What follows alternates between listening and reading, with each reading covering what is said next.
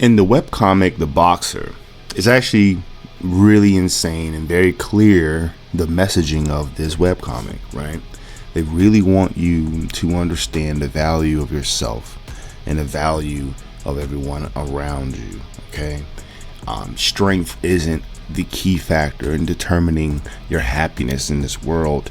It's really the perception that you have of all the good things you already have, right? So this webcomic, it starts at night, with a boy sitting on the side of the street and a man that approaches him. And the narrator goes on to tell us that it was a tranquil night and there was no bustling chatter in the neighborhood. There was no dogs barking. There wasn't even a single cricket chirping. So it's really setting the tone that this series and this scene right now is very, very serene, right? So it's letting us know that this is going to be a setting that we need to pay attention to, right? The narrator even said that it's almost like it's the first night on Earth, okay? And we got this boy. He's badly beaten. Purple, blue, red marks all over his face. His eyes look dead. This boy looks like he gets tortured every day in and out. And that's all he knows is pain. And then the man with the blonde hair approaches him and he tells him, "Hey, have you been knocked down, boy?" And he says, "I got good news for you, so listen up. All of these stars shining are just for you," giving this boy some light. And he says, "Someday I'm going to meet you again at the top, boy." Whether or not that's foreshadowing, that is up to us to find out. But we do go on to the first chapter called The Genius, where we do cover this spiky white-haired kid that seems to have an affinity for movement and boxing. It seems as though he can move freely as if he's Monkey D. Luffy. Now that is just the start of this man's character, because everyone at the gym seems to be in awe of this guy's ability. But it seems as though the coach, the white hair coach, he doesn't seem to be having any of it. And because he's the legendary trainer of 5 boxing world champions, K. Now you see, K isn't just looking for a good boxer. Hell, K he isn't even looking for a great boxer. He's looking for the best boxer. He's looking for a talent that makes him so excited he can't even breathe. He's tired of all these normal acts. He needs something to pierce through the competition. You feel me?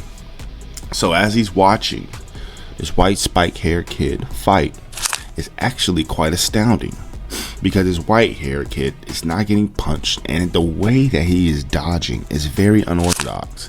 It isn't normal dodging. It's almost as if he's swaying away or dancing away or doing limbos, but it's at rapid speed to the point where it's almost as if he has just cartilage and no bones. It's a very, very fascinating power to have in boxing, to have the freedom to flow around as you want. And K instantly recognized he's just toying with him and that we haven't even seen his real abilities yet. So what K does is he sends in his own personal professional boxer, Steel, the super middleweight champion. Well, he's not a champion, he's ranked 3rd, but he's almost a champion. He's a professional fighter that's going to go up against a prodigy kid, right? Now, the problem we have here is that we have a kid that is overconfident and has miraculous abilities, and then a professional that don't want to kill the kid but has to go strong enough to prove a point and not be embarrassed in front of K. And that's when we get the match we have here, where we have the boy, got a background of the boy showing all of the past events he did of beating up all his classmates and being scouted by the assistant coach, and then now we get into the actual fight, and the first person to land a punch is actually the boy. On to the boxer K, and only thing that the coach is saying is really just trying to figure out when is he going to show his full strength. He wants to see more. He is tired of seeing all of these mundane moves. So K is watching very, very closely at this fight. The fight isn't anything normal, because right now it's starting to seem as if the pro boxer is really trying his hardest at this moment. He's rushing in, he's throwing haymakers, he's throwing uppercuts, he's throwing jabs, he's throwing right straights. He is really trying to connect here. But the problem is, it seems as though the boy can be flexible in any maneuver in any way and actually lands a clean uppercut. But it obviously doesn't knock him out, but it does stun him. But the boy keeps on assailing at him and constantly getting behind his blind spots and constantly hitting him and never being in one place. And K realizes it's the flexibility.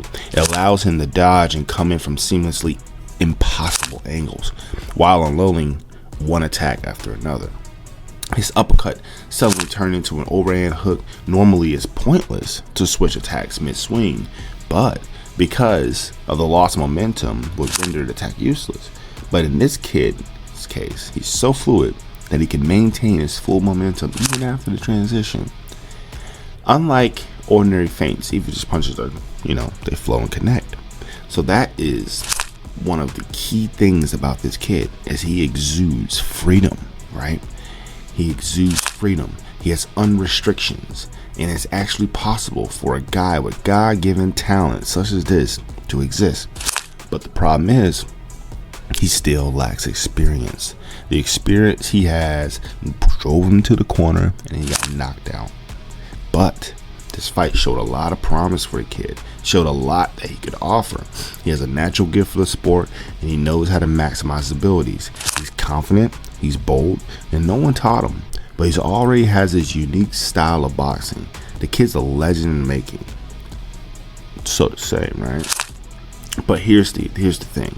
I see, while Coach K is fondling over this kid, because this kid is miraculous in all accounts. He is a God-given talent in all accounts.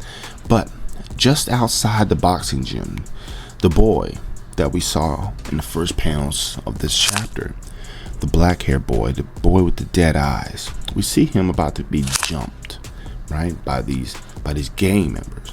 And K takes a notice to it, where it isn't just a normal beating. And now that is the crazy part, because with them still trying to bully him or take his money or whatever, K is telling his assistant coach to just wait, just see it wait out, let's see how it goes. And now in the second chapter, it's called The Omen. Now, particularly, we see a punch slowly approaches this kid's face, and as it punches him, he loses no expression at all. But something goes off in K's mind, where he actually sees this kid and he sees the reaction time and sees how the kid actually is taking the situation and reacts to the punch. And he notices that the kid actually perceives the punch. He sees the punch coming, and he sees that K notices that the kid intentionally does not dodge the punch. Now, K gets so excited that he runs down there. He goes down to where the kids are, right? And then he said that pretty much, why didn't you dodge them? And then K said, to me, it looked like you could have easily ducked those worthless punches.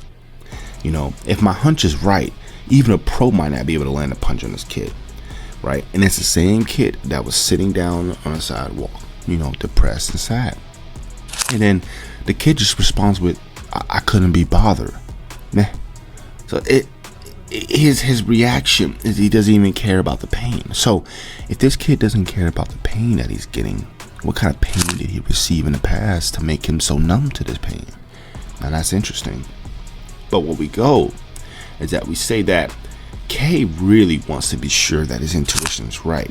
So what better way to trust your instinct and to trust your intuition than to release a full-scale, full-powered, death-lethal punch on a kid just for him to dodge to see if you're right. But if you were wrong, you probably would have killed the kid. But it seems as though he was right, because the kid easily dodged the K's punch, which is a pro, was an ex-pro fighter. He's a coach, right?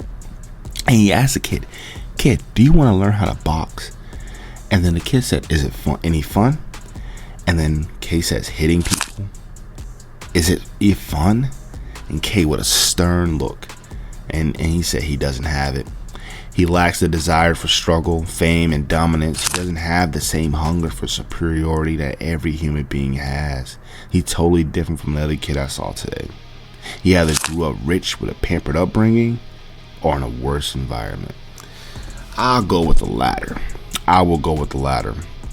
And then Kay asks him, is hitting people fun? And then he says, isn't it obvious? Do you really think those dirtbags beat you up because they actually care about showing respect to elders? Of course it's fun. You hit people because it feels good. Humans are weak creatures that hunger for meaning in their lives. There's nothing as simple and clear as a fist. Just like in nature, brute force is the easiest way to prove your dominance. It's exhilarating. People go for wow. People go for the thrill. People go to show their strength. This is what Kay believes, right? He says you're human too, aren't you? Then find out what you're worth. See how far you can go. Reach as high as you can. Spread your wings and fly into the sun until it burns you up. Grind your enemies beneath your heels. That's what it means to be alive. Watch carefully. As Kay shows the boy how to properly throw a jab, how to properly throw a 1-2 punch. And then the boy says, you got one mouth. Kay says it, not the boy. The boy's still signing, my bad. Kay says, you got 1 month. That's how long you got to come back to the gym to see if you're ready to begin. Okay? We see you. We see the boy. We see him at school, man. We see him in the back of the class, obviously. Man, he don't care about being in the front. We see him at the back of the class. And we see him looking at the window. We see another kid outside getting bullied, right? Now, these kids are saying, nice, $100. What a good little boy you are, Jay. So if they're stealing all this guy's money, good golly, there's some real bullies. And it seems the leader of these bullies is the same white-haired, gifted, God-talent kid. Now, would you look at that? Now, why would a God-talent kid go and beat on a scrawny little kid like that? But all we know is that this seems to happen every day, all the time. And it's to be continued. Penny